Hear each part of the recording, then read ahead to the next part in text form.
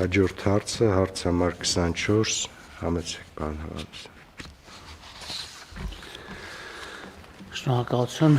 պարոն փոխվարչապետ, հարգելի գործընկերներ, կառավարության 2023 թվականի նոյեմբերի 2-ի 18:90 որոշմամբ սահմանվել է մասնակցային բյուջետավորման գործընթացը եւ կանոնակարգվել են դրա շրջանակում առաջացող հիմնական հարաբերությունները։ Ծրագրային առաջարկների ներկայացման, հանրային քննարկման եւ քվեարկության, սուբվենցիոն հայտերի մշակման ու համաձայնեցման, ինչպես նաեւ ծրագրերի ֆինանսավորման ընթացակարգերը։ Առաջին 2 տարիներին համակարգը ներդրվել է պիլոտային սկզբունքով եւ այս որոշման շրջանակում փորձում ենք շտկել այն խնդիրները, որոնք արձանագրել ենք պիլոտի իրականացման ընթացքում, ինչպես նաեւ ծրագիրը դարձնել մշտական։ Հիմնական փոփոխությունները վերաբերվում են քվեարկության մեխանիզմի հստակեցումներին, գործող կարգավորումներում լիարժեք հաշվի առնված չէ համայնքի խոշոր եւ փոքր բնակավայրերի միջև մրցակցային հնարավորությունների տարբերությունները, ներկայումս քվեարկության յուրաքանչյուր մասնակից կարող է քվեարկել առավելագույնը 3 առաջարկի օգտին, անկախ նրանից, թե դրանք վերաբերում են համայնքի նույն թե տարբեր բնակավայրերի։ Միաժամանակ, անկախ բնակավայրի բնակչության թվաքանակից առաջարկների անցողիկ նվազագույն շեմը սահմանված է համայնքի քվեարկելու իրավունք ունեցող բնակչության 1%-ի չափով։ Առաջարկվող փոփոխություններով սահմանվում է, որ քվեարկության մասնակիցը կարող է քվեարկել առավելագույնը 3 առաջարկի օգտին, եթե դրանք վերաբերում են համայնքի տարբեր բնակավայրերին։ Նույն բնակավայրի համար ներկայացված առաջարկների դեպքում հնարավոր է քվեարկել միայն մեկի օգտին։ Առաջարկների համար նվազագույն անհրաժեշտ քվեների շեմերը սահմանված են բնակավայրի չափից ելնելով։ Համայնքի քվեարկելու իրավասություն ունեցող բնակչության 1%-ը, եթե առաջարկը վերաբերում է մինչև 5000 բնակիչ ունեցող բնակավայրին, եւ 2%-ը, եթե առաջարկը վերաբերվում է 5000-ից ավելի բնակիչ ունեցող բնակավայրին։ Նշված փոփոխությունները միտված են հավասարակշռելու բնակավայրերի մրցակցային հնարավորությունները եւ բարձրացնելու փոքր բնակավայրերին վերաբերվող առաջարկների մրցունակությունը։ Կարգավորվում է նաեւ տվյալ տարում չավարտված ծրագրերի ֆինանսավորման հարցը։ Նախատեսվում է հնարավորություն ստանալ ծրագրերի փաստացի չիրականացված մասի պետական ֆինանսավորման համապատասխան չափաբաժինը, եթե ծրագիրը առնվազն 70%-ով իրականացված եւ ֆինանսավորված է բյուջետային տարվա նախավերջին աշխատանքային օրվա դրությամբ։ Արդեն սկսած ծրագրերի ավարտի վերջնաժամկետը կարող է երկարացվել առավելագույնը 6 ամսով։ Միաժամանակ նախատեսվում են տեխնիկական եւ ընթացակարգային բնույթի կարգավորումներ, ինչպես արդեն ասեցի, 26 թվականից մասնակցային բյուջետավորման գործընթացը դառնում է մշտական եւ տարածվում է այն համայնքների վրա, որոնք սահմանված են տվյալ տարվա պետական բյուջեի հավելվածով։ Գործընթացը համայնքներում սկսվում է նախորդ բյուջետային տարվա ընթացքում, իսկ սուբվենցիայի հայտերի վերջնաժամկետը սահմանվում է մինչև մարտի 1-ը, ներկայիս ապրիլի 1-ի փոխարեն, ինչը հնարավորություն է տալիս ավելի երկար ժամանակ հատկացնել ծրագրերի իրականացման համար։ Սուբվենցիայի պայմանագրերում ամրագրվում են ծրագրի նպատակը, տևողությունը, ցուցանիշներն ու արդյունքները, ֆինանսավորման չափն ու համաֆինանսավորման պահանջը, ինչպես նաև ծրագրի վերահսկողության եւ հաշվետվության կարգը։ Հաշվի առնելով նախորդ տարիների արդյունքները եւ առաջարկվող նոր կարգավորումները, ակնկալվում է, որ մասնակցային բյուջետավորումը կշարունակի զարգանալ որպես արդյունավետ գործիք, խթանելով համայնքների կայուն զարգացումը եւ բնակիչների ակտիվ ներգրավումը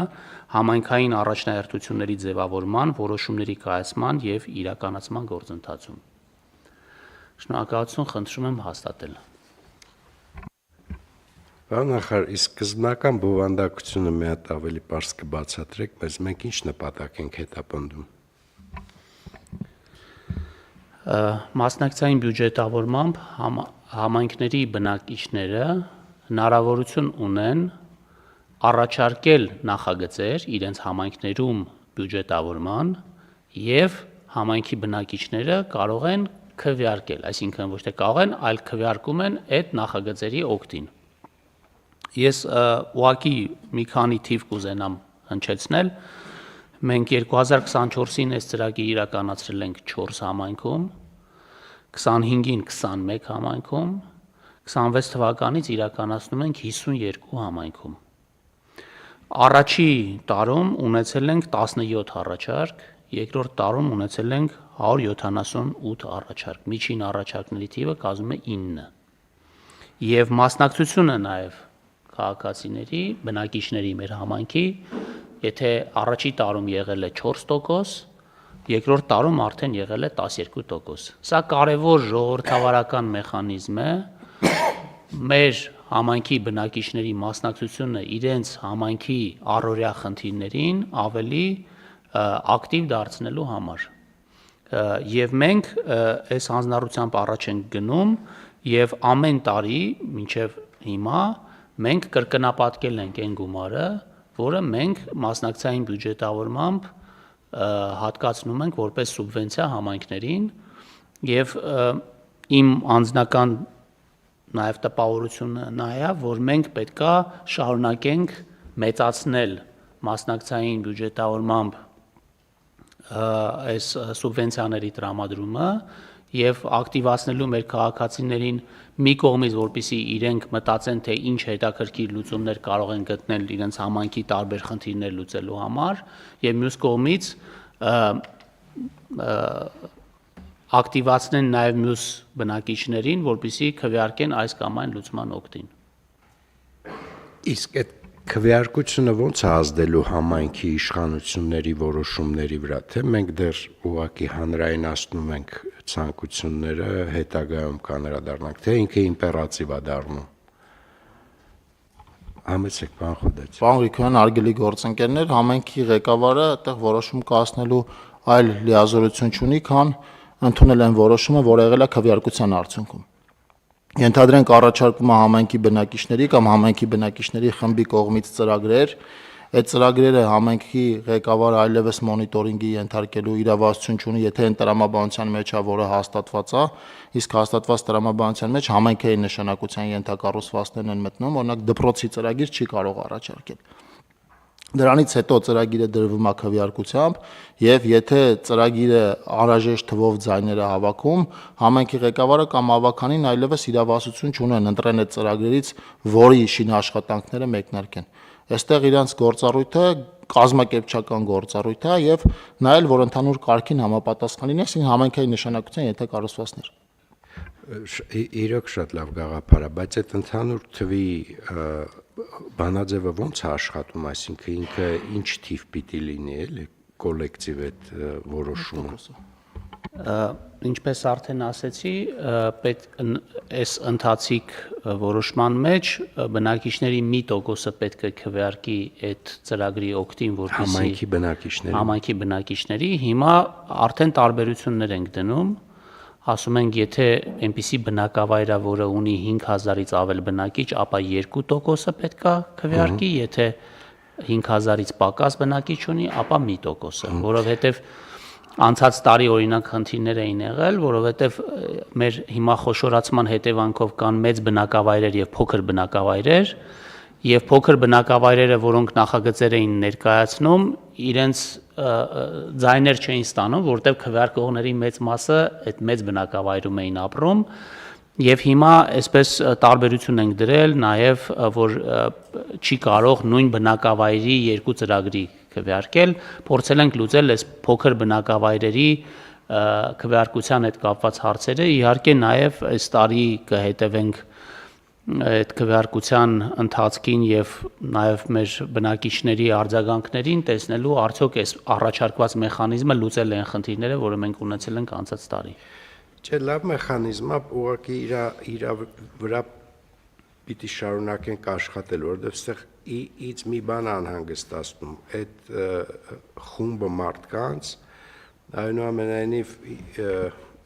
որակյալ գնահատական տալ գաղափարին, դա բավականին բարդ աշխատանք է։ Հիմա այո, ցանկությունը կարելի է իդենտիֆիկացնել, այդ ցանկությունը կդառնա պարտադիր համայնքային իշխանության համար, բայց այդ ցանկության գնահատականը փողային ով եւ ինչպես է տրվում, դա մի քիչ ես լավ չհասկացա, բայց երևի հետագայում ուղղակի պիտի կատարելագործել էլի, որովհետև օրինակ ես որպես համայնքի բնակիչ կարող եմ լավ չպատկերացնեմ իմ գաղափարը ինչ արժի իրական կյանքում։ Եվ այդ իմաստով կարող է իմ գաղափարը ու բյուջետային հնարավորությունները լուրջ խզվեն ու մարդիկ մտածեն, որ իրանց քվեարկությունը անիմաստ էր։ Ոչ մի դեպքում դա պիտի թույլ չտանք։ Եթե նույնիսկ այնպես խնդիր կա, պիտի մարդկանց բացատրել, որ էսա պրոբլեմա, շարունակեք աշխատել եւ մտածել գաղափարի շուրջ։ Պարոն Սանասյան, համեցեք։ Երբ որ բանկան առաջարկ է լինում համայնքի կողմից, բնակիչների կողմից նախնական գնահատում է իրականացնում համայնքը։ Այսինքն արկա բյուջեի պայմաններում հնարավոր է արդյոք այդ աշխատանքը կատարել, թե ոչ։ Եթե նախնական գնահատումից հետո պարզվում է հնարավոր է, դա դրվում է քվեարկության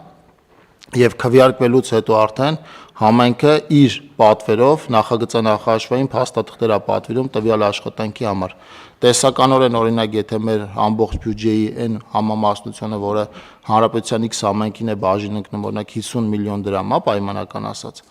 օրինակ չի կարող համայնքի բնակիչը կամ բնակիչների խումբը 1 միլիարդ դրամ արժողությամբ մարզադպրոցի կառուցման գաղափար տալ։ Դա այդ նախնական գնահատման փուլում դուրս կգա քվեարկության չի դրվի։ Հասկանալի է, իսկ որ հարթակում է այդ քվեարկությունը տեղի ունենում։ Համայնքները իրենց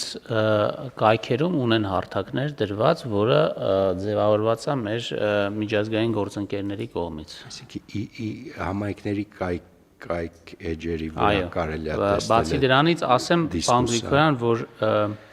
այս բոլոր համայնքները, որոնք մասնակցում են, այսինքն տարեստարի ավելանում են, դրանք այն համայնքներն են, որոնք արդեն այս process-ի միջով մի անգամ իրանց ուժերով անցել են։ Այսինքն իրանք ունեն փորձ այս քվեարկությունը կազմակերպելու։ Շատ լավ, շնորհակալություն, պարոն նախարար։ Պարոն Խուդայցյան, դուք ընթացքից գոհ եք, ինքը կիրառական է մի խոսքով, ձևական չի։ Բանկան ձևական չի, ամենքան ենթակառուցվածքների զարգացման ուղղված մեր ամենապոպուլյար նախագիծը դառնալու հնարավորություն կա։ Իհարկե պետական համաֆինանսավորման ծրագրի մասշտաբները շատ ավելի մեծ են եւ այդ ծրագիրն է այս պահին դոմինանտ, բայց ակնհայտ է, որ սա հետաքրքրություն է առաջացնում,